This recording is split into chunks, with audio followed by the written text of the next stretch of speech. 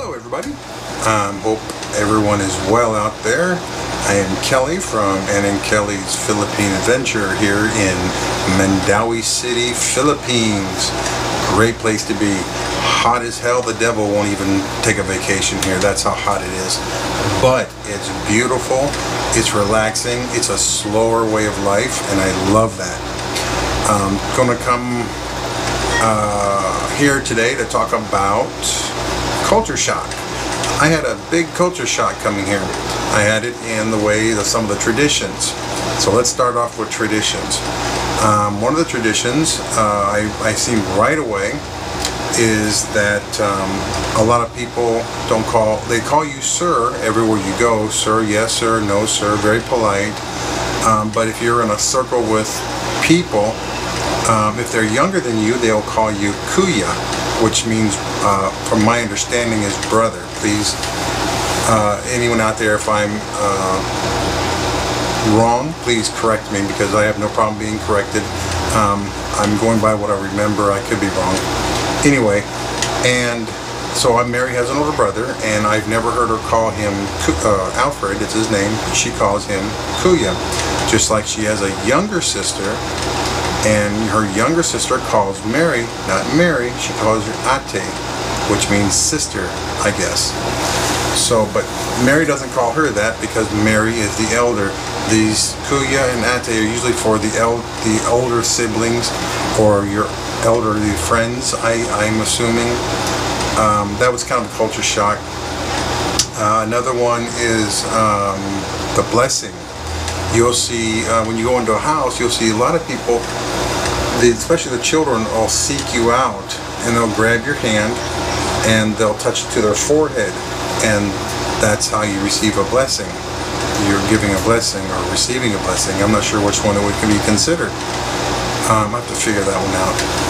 But the blessing is something that I've never seen ever. You still shake hands, you know, grown men still shake hands and they say hello. So that's some of the little things that I noticed when I first got here. Talk about going into businesses.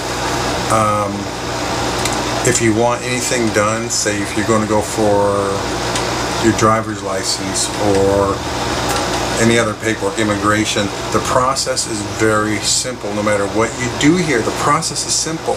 Here's the problem. When you get there, you sit for hours and hours waiting to do the simple process. For example, when we went to the American Embassy to get my paperwork saying that I am legally able to marry, or legal capacity, that's what it's called. It's called legal capacity, and you have to get it from your embassy. We sat there for 5 hours. 5 hours. When I walked up to the window, they said, raise your hand, you solemnly swear to tell the truth, whole truth, blah blah blah blah, you know the whole rep. I said, yes I do. I signed, I leaned over, I signed my name, she stamped it, she handed it back to me, took the money and said, thank you very much. 5-hour wait, 15 seconds worth of paperwork and signature. That's it. That was the whole thing. So you have to wait for everything. And now they're even doing the immigration for your extensions. When you first get here, your extensions, you have to give them your passport, which they keep for 4 or 5 days. Now, when I first got here, they didn't do that, but now they're sending your passport over to Manila to be processed and put the stamp on and everything else. So that was kind of, just be prepared when you come to the Philippines. If you have to do any kind of government immigration or anything, you're going to be there for 3 or 4 hours, no matter what you do. Just as simple as saying is going down and paying your Velco, it's your electric bill. You can go into most Save Mores, banks, different places that have it so you can set up and pay the payment. But usually when you get there, there's already a long line of people waiting to do the same thing. So you'll sit there for an hour or two just to walk up, give them your bill, give them your cash, and they type out a receipt and you leave. So it's a long process for everything you do here. Traffic. Traffic. I was a truck driver for over 20 years. Now let me tell you, traffic here in the Philippines and America are totally different. Here in the Philippines, the stoplights, you have some work, you have some that don't. It's a flip of a coin of what works, what don't work. And the lines on the road are just a mere suggestion in this country. They don't use them. Simple as that. You can have 2 lanes going north. You can have 2 lanes going south. 2 lanes. But you will have 3 and sometimes 4 vehicles going in those 2 lanes going the same way, with motorcycles weaving in and out of the traffic, or even crossing the yellow line into oncoming traffic, and they'll weave through oncoming traffic just to get up and get back in their own lane. And they'll do this in front of the traffic police. They don't care. I mean, and you'll see 4, 5, 6 people on one motorcycle. You may see babies, I mean infants, mamas holding their babies, no helmets, no nothing. They'll be holding babies on between the rider of the motorcycle and the back seat. You see babies. It amazes me that I don't see accidents every single day here. It's unbelievable to me. And as a driver here, I just got my driver license in this country. Again, I'm used to driving bad traffic. I've driven Chicago, Seattle, California on the freeway. I've driven New York City, you know, in the middle of the day. And I've done this in 18-wheeler, so it doesn't bother me. Mary freaks out because, you know, you be driving along and they won't even warn you. They'll just whip out from a side street and just whip out in front of you. No nothing. No warning, no horns. But again, it doesn't bother me because I'm used to driving and being aware of these kind of things. Stores here have an interesting security system.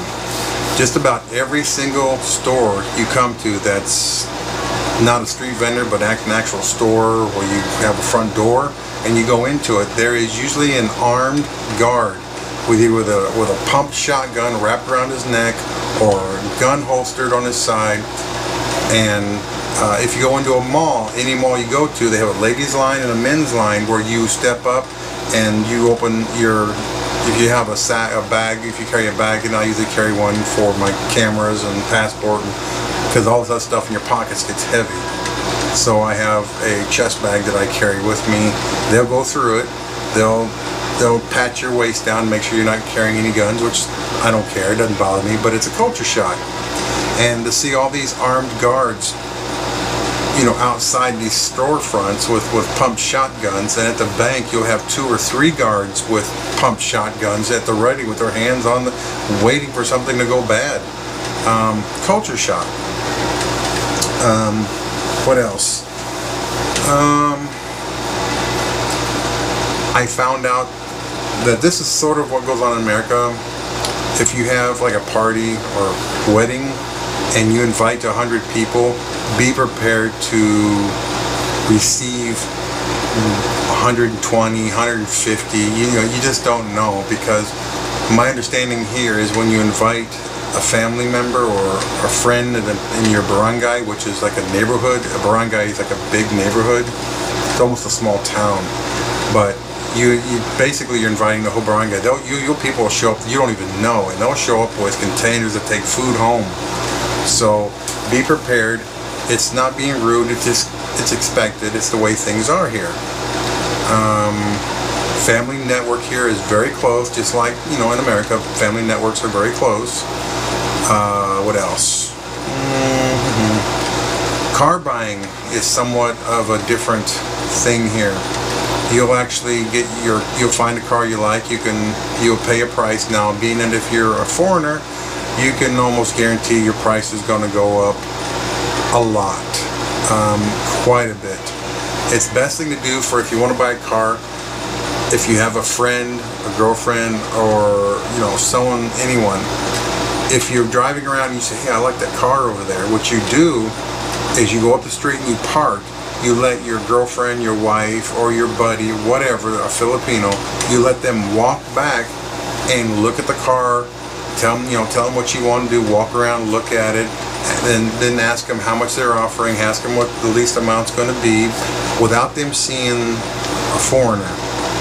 And then then she'll leave, and then she'll come back with you, and then she can say, if the price goes up, she can say, hey, well, I was here, 15, 20 minutes ago, you told me it was this much. Call them out on it. Don't be afraid to call them out on it, because they have a thing here called the Kano price, the American price, because I guess it's thought that most Americans who come here have money. It's not the case. A lot of us are, retired, semi-retired, or even working. I mean, like Says Styles, he works his ass off here online to make a living here, and he's still very young. But when they see someone, over 40 or 50 or 60, they automatically assume, well, he's on some kind of a pension, he's got money. So don't be afraid to call people out here when you know you're getting ripped off.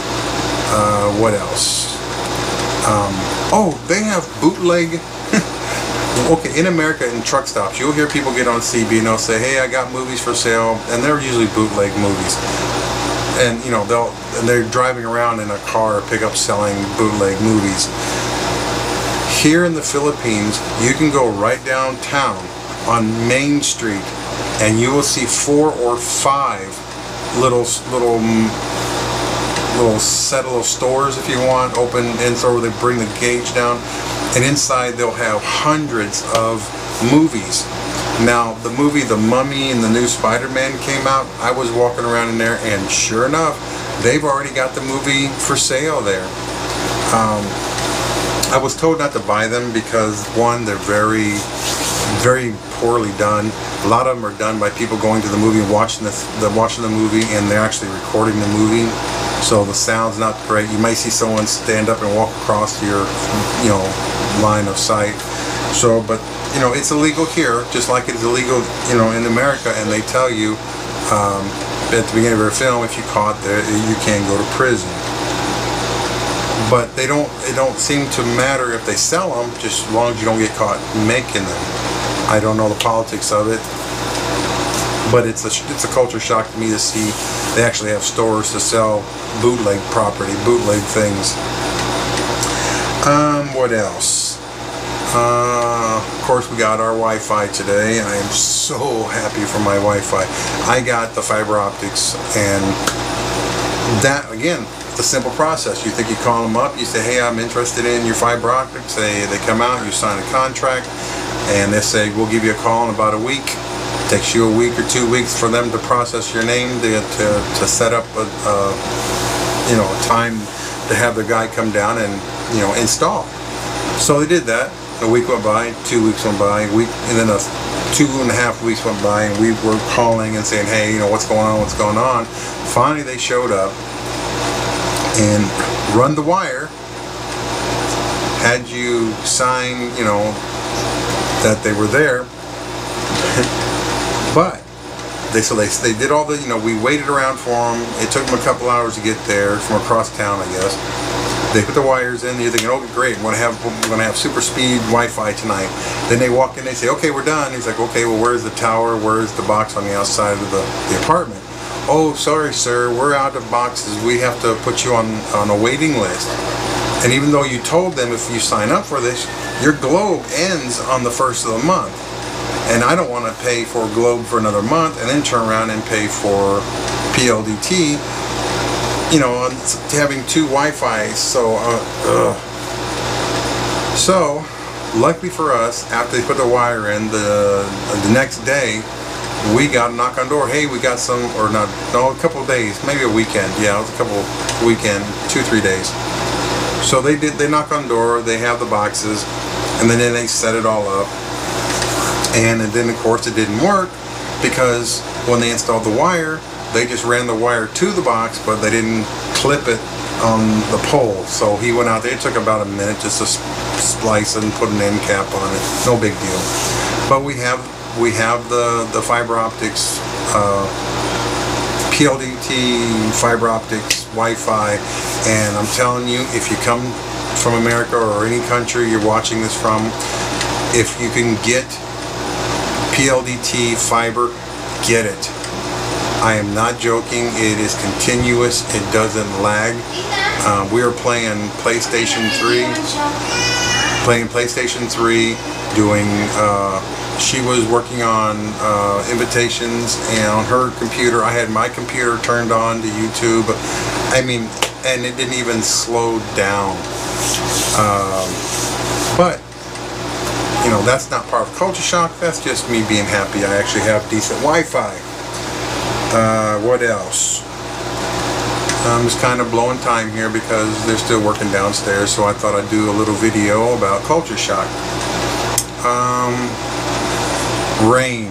This is now the rainy season, and we have seasons also. You know, we have summer, you know, fall, spring, winter.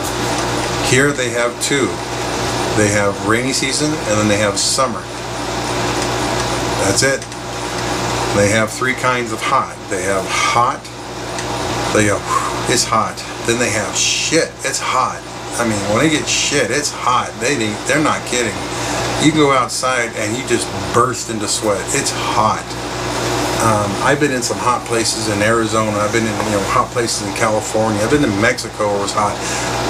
It's hot. It's hot here. It's just that damn hot. So, I guess that's my little video for today. It's basically a random thing about culture shock. Some of the food, the food. Oh, they eat things like chicken feet, chicken heads. They eat chicken blood. They take it, they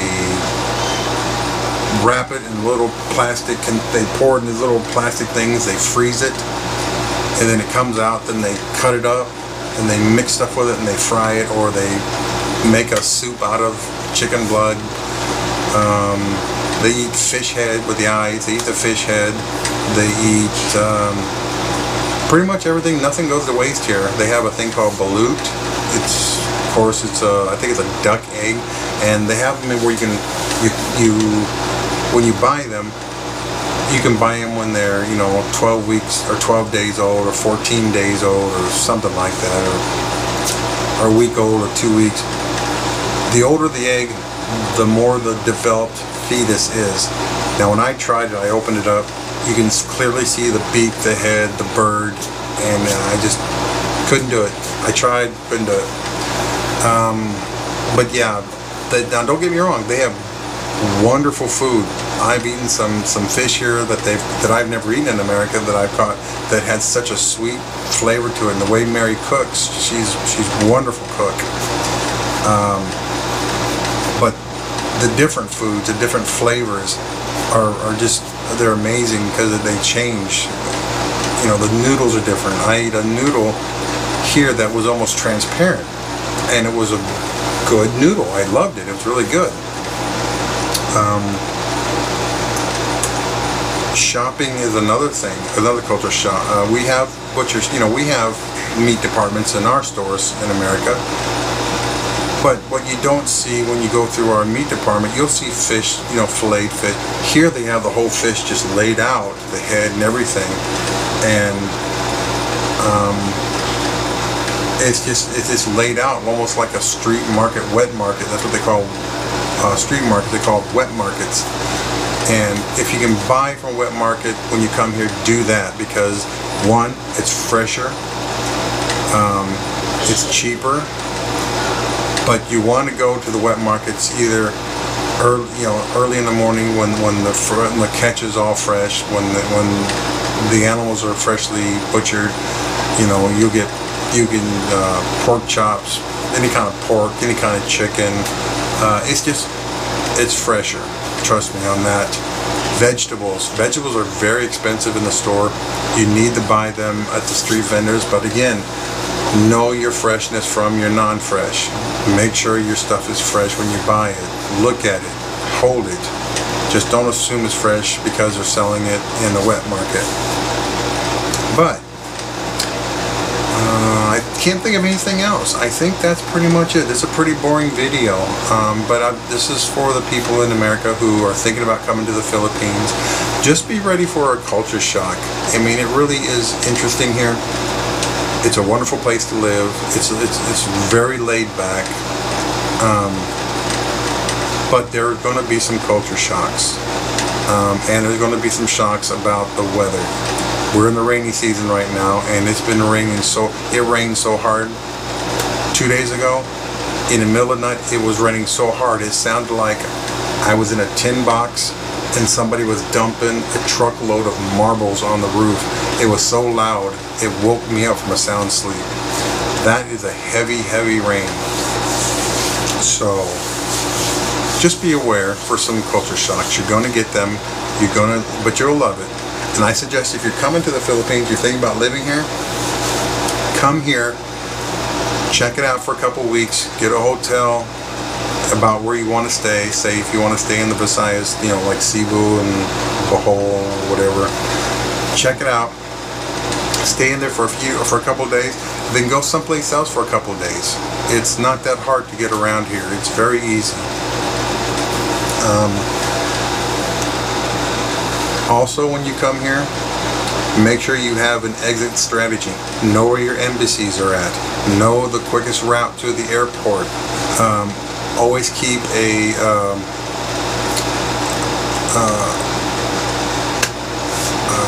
bag with you. I forgot what they're called now. Johnny Warrior calls it. Being ex-military, we had, you know, always be ready to be on the move in a heartbeat. Keep a bag. You keep at least 5,000 pesos in cash. Maybe keep a couple thousand if you can get it together. Keep a couple thousand, a couple $1,000. Put it away. Put it in a bag. Basically it's an emergency grab bag. You make sure you have it ready to go, and that way you can just grab it. And as you're running out, grab your computer if you can. Make sure you have a couple things on you when you come here. Make sure you have at least 2 copies of your passport, maybe a copy of your birth certificate in your grab bag, because if you carry your passport around with you like I do, because I just feel safer when it's on me.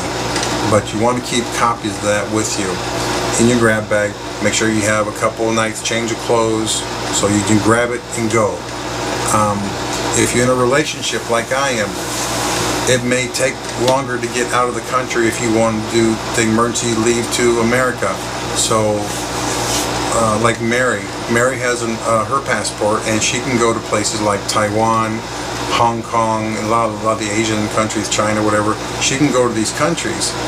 You know, if it gets too dangerous here for me, or if they say, you know, you should leave the Philippines or whatever, and we're getting married and I don't want to leave my wife here, we can, with our grab bags, we can just grab it. We can go to the airport, and you can buy for 40, 50 bucks. You can buy a plane ticket going into Taiwan or Hong Kong just to get out of this country, and then you can connect with the embassies in those countries pretty easily.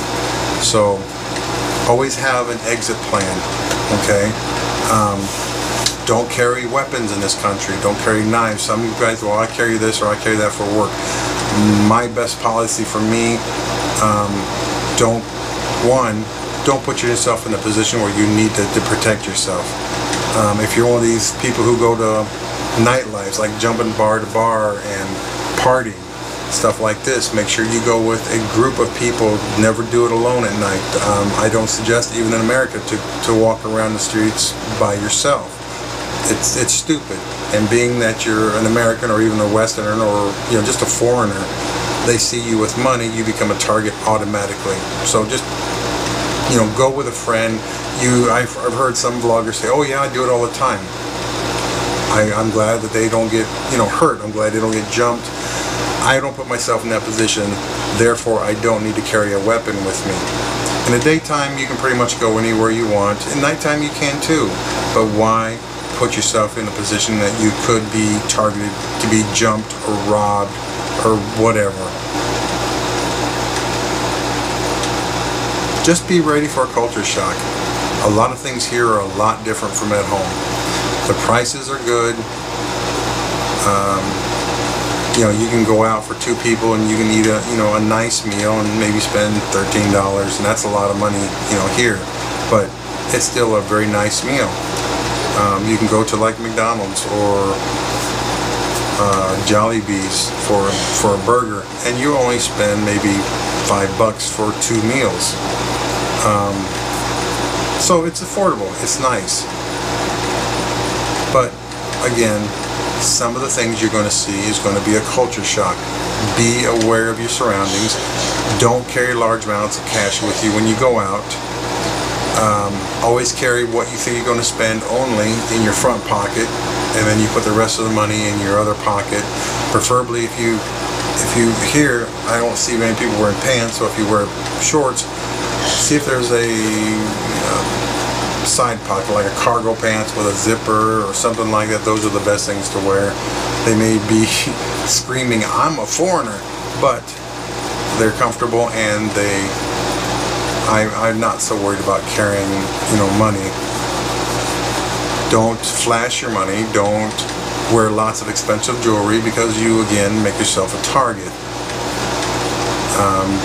If you're walking around with an expensive phone, it would be stupid that you are walking around, just not paying attention and on the phone, and because there are people running up and they will snatch it right out of your hands, and you won't even see it coming. So that's my video on culture shock. I hope you enjoyed it. I hope it helped you a little bit. So until my next video, I am Kelly from Ann and Kelly's Philippine Adventure. Please leave a comment, leave any suggestions, or if you like, leave a message that you'd like to see a video of, and then we will see if we can't make that video for you. What else? That's pretty much it. So until our next video, see you later. Bye-bye.